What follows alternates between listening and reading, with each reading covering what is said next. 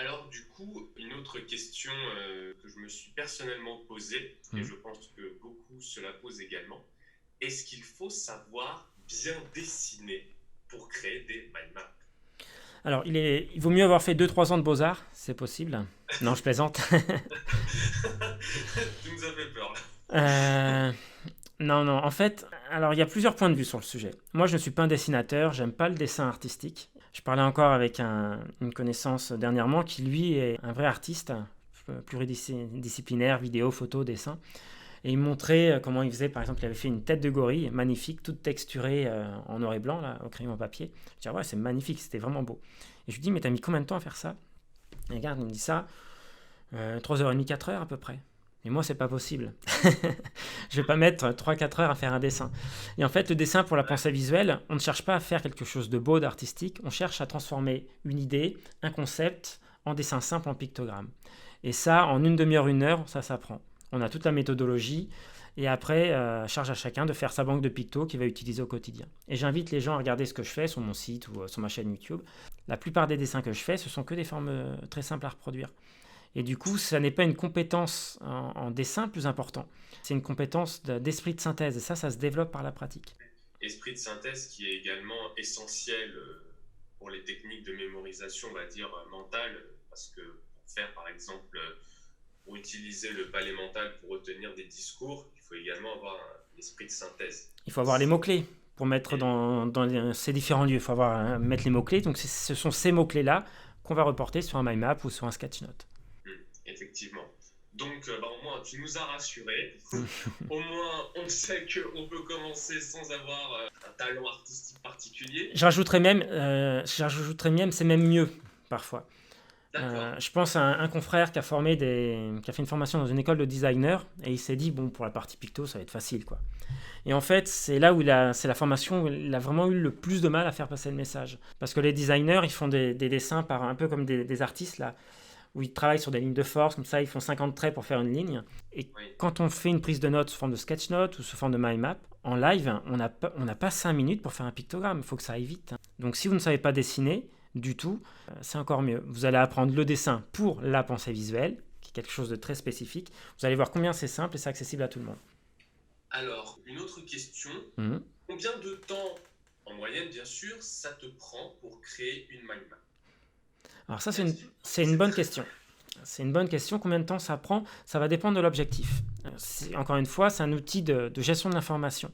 Si je fais une carte le matin pour organiser ma journée, je vais faire une carte rapide en noir et blanc. Je ne vais pas me prendre la tête. Ok. Si je fais une carte sur du contenu que je veux mémoriser, là, je vais vraiment investir du temps sur le travail de synthèse. Je vais peut-être m'y reprendre en 2 ou 3 fois d'ailleurs.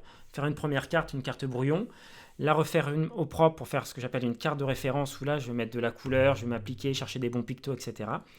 Dans ce cas-là, je peux mettre 3 quarts d'heure, 1 heure. Il faut voir ça comme une fiche de notes. À partir de cette carte-là que je vais faire un travail de mémorisation. Donc je vais l'intégrer dans un process de révision à long terme. Quand je fais de la prise de notes d'entretien, je ne m'amuse pas à mettre de la couleur si j'ai à changer de crayon comme ça à chaque fois. J'ai un noir et je fais ma carte comme ça. Et je la colorise ensuite si j'ai besoin. Si c'est du one shot, j'ai une analyse de besoin. À partir de ça, je fais une offre et j'en ai plus besoin. Si en revanche, par exemple, j'ai une prise de parole en public à faire, ça m'est arrivé dernièrement, je vais préparer ma carte et là, je vais la coloriser pour bien voir les grands pavés que je vais aborder et aller chercher très très vite les idées clés d'un simple regard.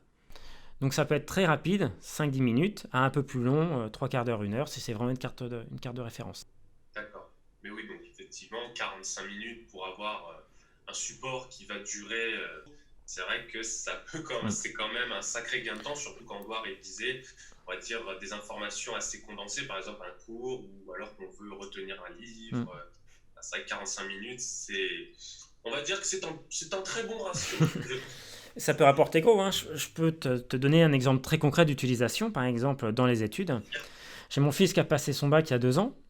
Et il m'avait demandé de lui apprendre le mind mapping pour l'histoire, les cours d'histoire. Alors c'est un élève plutôt bon à l'école, jamais trop travaillé, sauf que bah, pour le bac, il faut s'y mettre un peu quoi. Parce que même avec une bonne mémoire naturelle, ça fait pas tout. Surtout en histoire, quand il y a beaucoup beaucoup de données à mémoriser. Et donc ce que j'ai fait, et c'est ce que je préconise de faire pour les gens qui veulent partager avec leurs enfants par exemple, c'est de faire pour, faire avec et faire faire. Faire pour, donc c'est faire pour eux, faire avec eux dans une deuxième étape, et donc leur faire faire en autonomie ensuite. J'ai appliqué ce principe avec mon fils et donc j'ai fait pour lui, je lui ai demandé d'aller chercher son cahier d'histoire. On a pris un cours, je lui ai montré d'abord comment fonctionnait la carte et comment on utilisait la carte pour faire une fiche de révision.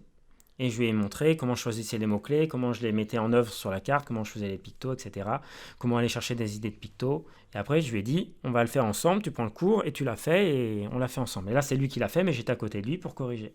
Et grosso modo, pour réviser son cours d'histoire, une année d'histoire en terminale, il a fait 10 ou 15 fiches et il a regardé des reportages, c'est tout.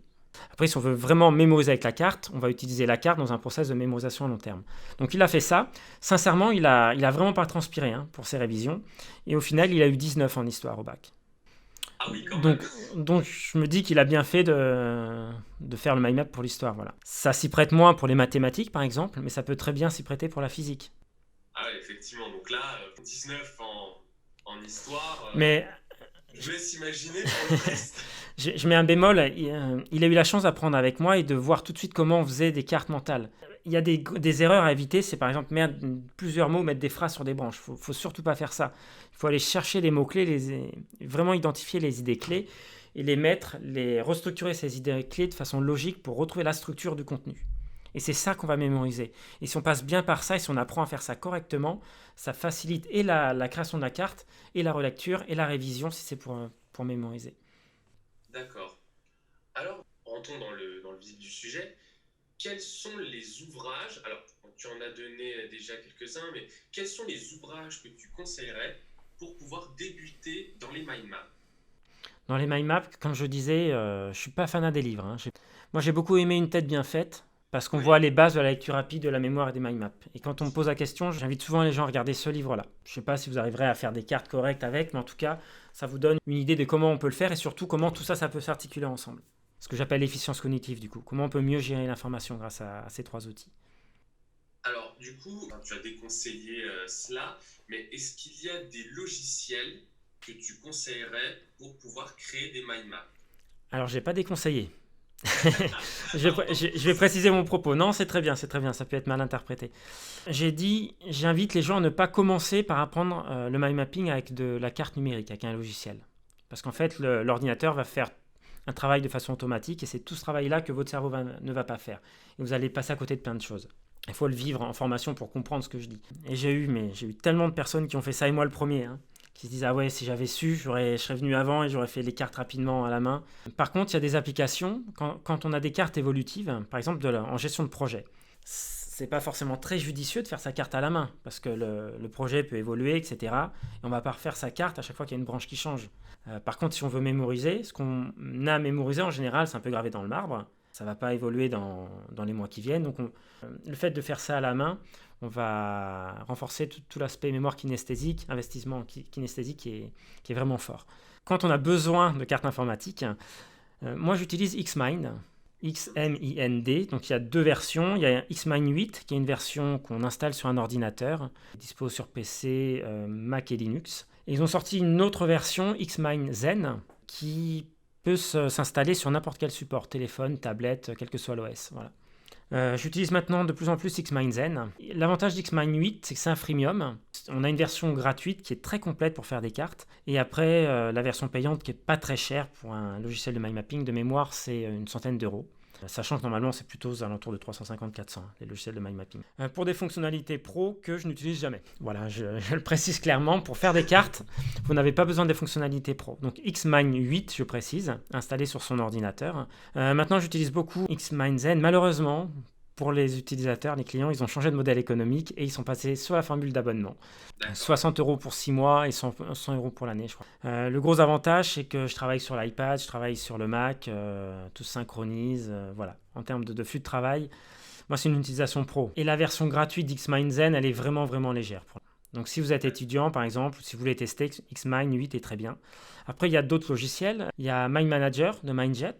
Donc, ça, c'est un logiciel à plus de 400 €, plutôt à réserver pour les pros, qui a la particularité d'être très, très bien intégré avec la suite Office. Il y a MindView, qui est connu dans le monde de l'éducation nationale. Malheureusement, comme souvent, quand l'éducation nationale a à faire un choix, l'éducation nationale fait le mauvais choix. Ils ont pris le logiciel, sincèrement. Il donne pas envie. Il donne pas envie. Ah oui. Voilà. Xmine, il est pas top graphiquement, mais quand on le maîtrise, on peut faire des cartes qui sont assez sympas. Après, si on veut faire des belles cartes informatiques, il y a anciennement eMindMap qui vient de changer de nom, qui doit s'appeler Aoya maintenant, qui était le logiciel qui a été un temps sponsorisé par Tony Buzan. Mais c'est un peu une usine à gaz. C'est un logiciel qui est pas très stable, il plante régulièrement. Et surtout, comme je dis souvent, quand j'ai besoin d'avoir un rendu carte à la main, je la fais à la main. Voilà. Et l'avantage d'Xmine, c'est qu'on retrouve une structure assez linéaire comme ça. Et pour des gens qui n'ont pas l'habitude de lire des cartes et qu'on veut partager des cartes, ça peut être un bon entre-deux, entre guillemets. Parce que donner une carte qu'on a fait à la main à quelqu'un qui ne sait pas ou qui n'a pas été initié à la lecture des mind maps, ça peut être compliqué. Quel est le matériel que tu utilises ou que tu conseillerais pour créer des mind maps? Donc j'utilise Friction Noir en 0,7. Et après, je colorise mes cartes avec des feutres. Et j'utilise des Stabilo Capi. CA2PI. Alors, je précise, c'est vraiment du partage. J'ai pas d'action chez Stabilo, chez Pilote qui fait les frictions. Les frictions, pour ceux qui connaissent pas, ce sont des stylos magiques. D'un côté, on écrit et de l'autre côté, on efface avec une gomme. On peut réécrire au même endroit. Et pourquoi c'est magique? Parce que ça enlève une bonne partie du stress sur la prise de notes visuelle en direct. Ou si on se trompe d'endroit, on efface, on va remettre ailleurs l'information. Donc ça, c'est ce que j'utilise au quotidien. Quand j'ai des cartes un peu plus travaillées ou les cartes pour les championnats, j'ai des frictions dans toutes les couleurs, en 0,7 et en 0,5. Et des stabilos, puis des crayons de couleur aussi. J'utilise des Faber-Castell, les aquarellables en boîte verte, voilà, qui sont beaucoup plus chers que ce qu'on trouve en grande surface.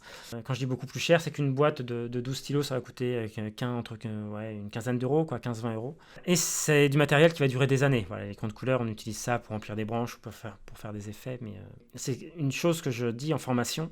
Et ça, c'est quelque chose que vous ne trouverez pas dans les livres, donc ça sera un scoop pour ceux qui regarderont la vidéo.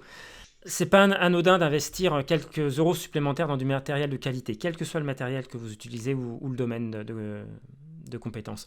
Pour le mind mapping, le fait d'utiliser du matériel de bonne qualité, ça montre la valeur que vous donnez à vous et à vos idées en fait. Et quand j'ai commencé, notamment avec une tête bien faite, il disait dans le bouquin Tony Buzan qu'il fallait acheter des feutres et des crayons de couleur. J'étais en grande surface, j'ai pris les premiers prix pour tester. C'était une catastrophe, les feutres séchés, les points je me souviens des crayons de couleur cassés. Quand on appuie un peu trop fort, c'était vraiment une calamité. Et le jour où j'ai appris cette règle de choisir du matériel pour le plaisir qu'on a à l'utiliser pour sa qualité, ça a vraiment changé la donne pour moi. Ça paraît tout simple, mais j'invite vraiment les gens à expérimenter. Voilà. Encore une fois, il y a la théorie et l'expérience. Je dis des choses. Si ça résonne en vous, testez. Voilà.